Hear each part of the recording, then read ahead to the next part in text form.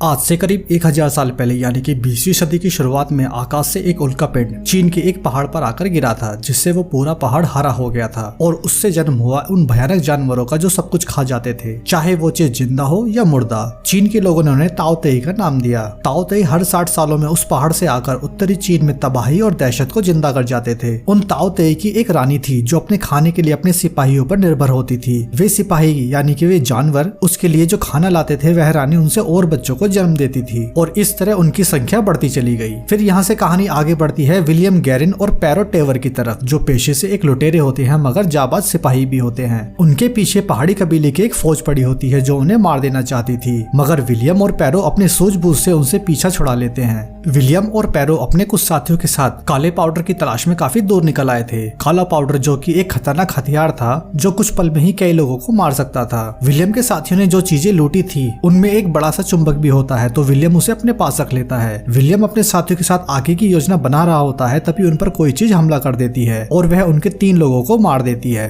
वो चीज वही खूंखार जानवर ताओ तेई होता है, मगर वो इतना तेज था कि विलियम और पैरो उसे देख नहीं पाते। ताओ तेई जैसे ही उन पर हमला करता है तो विलियम उसका हाथ काट देता है और ताओ तेई पहाड़ से नीचे गिर जाता है। विलियम के पास वो चुंबक होता है जिससे ताओ तेई कमजोर पड़ जाता है और विलियम उसे मार पाता है। यहाँ से जाते हुए उस जानवर का कटा हुआ हाथ अपने साथ ले जाते हैं ताकि कोई उन्हें बता सके कि आखिर उन्होंने मारा किसे था। अगली सुबह विलियम और पैरो फिर से काले पाउडर की तलाश में निकल जाते हैं और जैसे ही पीछे मुड़कर देखते हैं तो पहाड़ी कबीले के लोग फिर से उनके पीछे लग जाते हैं। उसके बाद वे दोनों भागते हुए एक पहाड़ी पर चढ़ जाते हैं जहाँ पर उनके सामने थी the great wall of China, जहाँ पर एक बहुत विशाल सेना थी जो उन्हें रोक लेती है। विलियम उस सेना के सामने आत्मसमर्पण कर देता है और फिर उन्हें हिरासत में ले लिया जाता है। जब सिपाही उनकी तलाशी लेते हैं तो उन्हें ताओ तेई का एक कटा हुआ हाथ मिलता है। कमांडर लिन उनसे जानना चाहती थी कि आखिर उन्हें ये हाथ कहाँ से मिला है। तब विलियम कहता है कि ये हाथ उन्हें कहीं से मिला नहीं था, बल्कि उसी ने उस जानवर को मारा था जिसका ये हाथ है, मगर उसे पता नहीं था कि वो हाथ किसका था। पूछताछ करते हुए जनरल शाओ को पता चलता है कि ताओ तेई उनके अंदाजे से पहले ही आने वाले हैं। कमांडर लिन उन्हें मार देने का सुझाव देती है, मगर जनरल का सलाहकार उन्हें जिंदा रखने के लिए कहता है। उसी दौरान एक सिपाही दौड़ता हुआ आता है और जनरल शाओ को बताता है कि उन पर ताओ तेई अटैक करने आ रहे हैं। उस महान दीवार पर वो विशाल सेना ताओ तेई से युद्ध करने के लिए तैयारी कर रहे थे।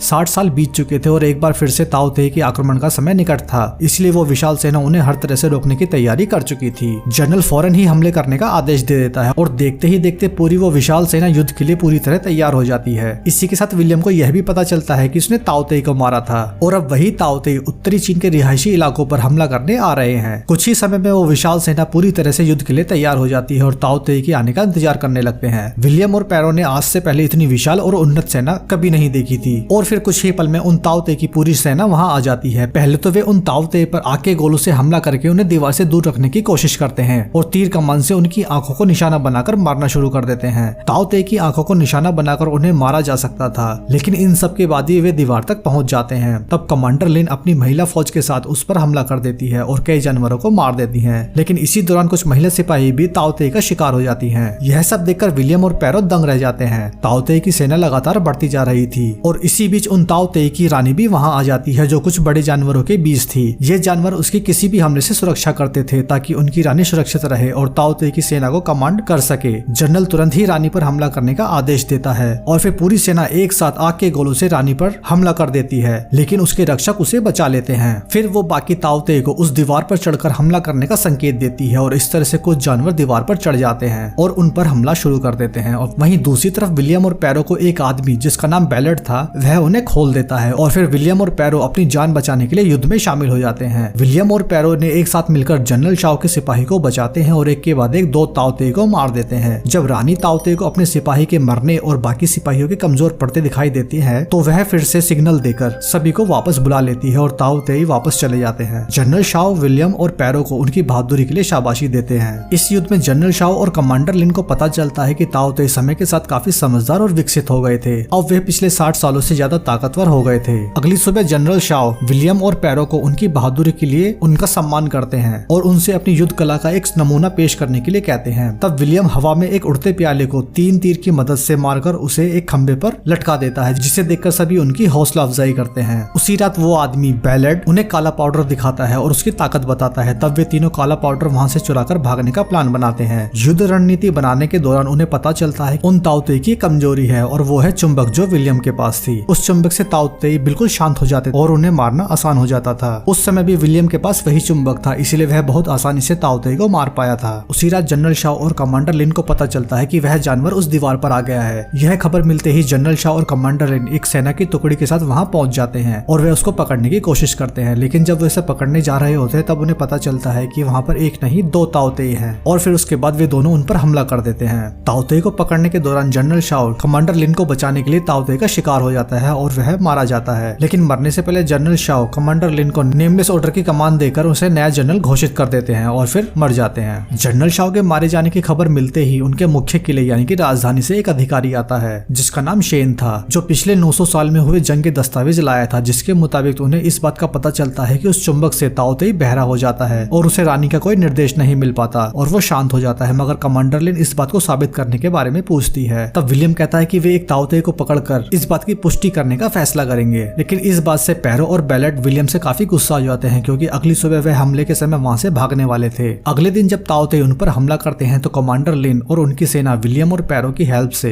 एक ताओ तेई को पकड़ लेते हैं और चुंबक से उसके ऊपर परीक्षण करते हैं। जब उनकी वो थ्योरी सही साबित हो जाती है तो शेन उस जानवर को लेकर मुख्य किले यानी कि राजधानी चला जाता है। एक रात कमांडर लिन और उनके मुख्य सलाहकार को पता चलता है कि ताओ तेई ने ग्रेट वॉल के नीचे एक सुरंग बना ली है और अब वे मुख्य राजधानी से 2 दिन के सफर तक दूर थे। दरअसल ताओ तेई ने अब से पहले जो हमले किए थे वे उनका ध्यान भटकाने के लिए थे ताकि वे मुख्य किले तक पहुंचने के लिए एक सुरंग बना सकें। वहीं दूसरी तरफ पैरो और बेलेट काला पाउडर लेकर वहां से भागने की तैयारी कर रहे थे। लेकिन विलियम पैरो को रोकने की कोशिश करता है और कहता है कि हमें उस सेना के साथ लड़ना चाहिए, मगर पैरो उसकी बात नहीं मानता और बेलेट विलियम को बेहोश करके वहां से काला पाउडर लेकर भाग जाते हैं। और दूसरी तरफ जनरल लिन और बाकी कमांडर के साथ मिलकर राजधानी जाकर लड़ने का फैसला करते हैं, मगर राजधानी यहाँ से 2 दिन के सफर पर थी और जब तक ताओ तेई वहां पर पहुंचने वाले थे, इसलिए वे गर्म हवा के गुब्बारों की मदद से जल्द वहां पहुंचने का फैसला करते हैं। और जब जनरल लिन को पता चलता है कि विलियम का साथी पैरो ने बेलेट के साथ मिलकर काला पाउडर चुराकर वहां से भाग गए हैं तो वह विलियम को गिरफ्तार करवा लेती है। लिन उसे मारने का आदेश देने ही वाली थी, मगर एक सिपाही आता है जिसने विलियम और पैरो की बात सुनी थी, तो वह जनरल लिन को विलियम की बेगुनाही की गवाही देता है और सारी सच्चाई बता देता है। तब जनरल लिन विलियम को कैद खाने में डालने का आदेश दे देती है और दूसरी तरफ बेलेट और पैरो काला पाउडर लेकर वहां से जा रहे थे तो बेलेट पैरो को भी धोखा देकर वहां से भाग जाता है। विलियम जब कैद खाने में होता है तब उसे खिड़की के बाहर को जलती हुई चीजें गिरती हुई दिखाई देती हैं। जब वह खिड़की से बाहर देखता है तो उसे पता चलता है कि जनरल लिन अपने कमांडर और सेना के साथ उस गर्म हवा के गुब्बारों में सवार होकर राजधानी की तरफ जाने की कोशिश कर रहे थे, मगर इस कोशिश में उनके बहुत सारे गुब्बारे दुर्घटना का शिकार होकर नीचे गिरते जा रहे थे और कई सारे सैनिक मारे जाते हैं क्योंकि वो सेना उन गुब्बारों का पहली बार इस्तेमाल कर रही थी। फिर वही सैनिक जिसने विलियम को बचाया था वो विलियम को रिहा कर देता है। विलियम जनरल के मुख्य सलाहकार के पास पहुंचता है तब विलियम को पता चलता है कि जनरल लिन उस गुब्बारे पर सवार होकर राजधानी की तरफ निकल गई है। वहीं दूसरी तरफ शेन उस चुंबक को उस जानवर से थोड़ा दूर ले जाता है तो वह जानवर फिर से एक्टिव हो जाता है और शेन को जोर से टक्कर मारकर दूर गिरा देता है। इससे पहले कि शेन फिर से उस चुंबक का इस्तेमाल करके ताओ तेई को शांत कर पाता, वो ताओ तेई तुरंत सिग्नल देकर अपनी रानी और बाकी जानवरों को राजधानी की तरफ बुला लेता है और फिर ताओ तेई की पूरी सेना राजधानी की तरफ बढ़ने लगती है। अगली सुबह जब जनरल लिन और विलियम राजधानी तक पहुंचते हैं तब तक ताओ तेई पूरी राजधानी पर हमला कर चुके थे। पूरी राजधानी तबाही के कगार पर थी और बहुत सारे मासूम लोग मारे जा चुके थे। ताओ तेई के हमले के दौरान एक बार तो ताओ तेई जनरल को मारने ही वाले थे, पर विलियम वहां आ जाता है और लिन को बचा लेता है और फिर जनरल लिन, विलियम और मुख्य सलाहकार उन ताओ तेई की रानी को मारने का प्लान बनाते हैं। उन्होंने जिस ताओ तेई को पकड़ा था वे उसके ऊपर काले पाउडर से लगे बॉम्ब और बारूद लगाकर रानी के पास भेजना चाहते थे ताकि जब वो ताओ तेई रानी के पास जाकर उसे खाना दे तो विलियम उसे धमाके वाले तीर से मारकर रानी सहित उसके गार्ड्स को मारकर पूरी सेना को फ्रीज कर सके। फिर उसके बाद वही ताओ तेई जागता है और बहुत सारा खाना लेकर अपनी रानी तक चला जाता है और उसे खाना देने लगता है। इसी मौके का फायदा उठाकर लिन और विलियम एक टावर पर चढ़ जाते हैं। रानी ताओ तेई पर एक धमाके वाले तीर से हमला करते हैं लेकिन उसके गार्ड्स उसे बचा लेते हैं और रानी को पता चल जाता है। फिर रानी ताओ तेई सिग्नल देकर दोनों टावर पर हमला करने का आदेश देती है जिससे मुख्य सलाहकार मारा जाता है। और फिर जब लिन और विलियम दोबारा रानी के ऊपर हमला करते हैं तो रानी ताओ तेई विलियम को देख लेती है और पूरी ताकत से उनकी टावर पर हमला कर देती है, मगर तीसरी बार में लिन और विलियम उस चुंबक का इस्तेमाल करते हुए एक धमाके वाला भाला बॉम्ब वाले ताओ तेई पर मार देते हैं जिससे बहुत बड़ा धमाका होता है और रानी ताओ तेई मारी जाती है। रानी के मरते ही पूरी सेना फ्रीज हो जाती है और उसकी पूरी आर्मी मर जाती है। अब विलियम और लिन ने ताओ तेई को हरा दिया था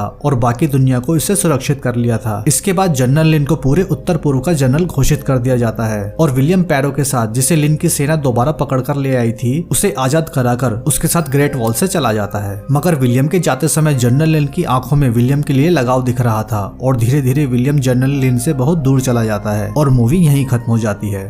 तो दोस्तों ये थी द ग्रेट वॉल की एक्सप्लेनेशन वीडियो। अगर आपको यह कहानी अच्छी लगी है तो वीडियो को लाइक करें, शेयर करें और आप हमारे चैनल को सब्सक्राइब भी कर सकते हैं ताकि ऐसे ही इंटरेस्टिंग एक्सप्लेनेशन वीडियो आपको मिलता रहे। तो मिलते हैं अपनी एक और नई वीडियो के साथ, तब तक के लिए थैंक यू। जय हिंद, वंदे मातरम।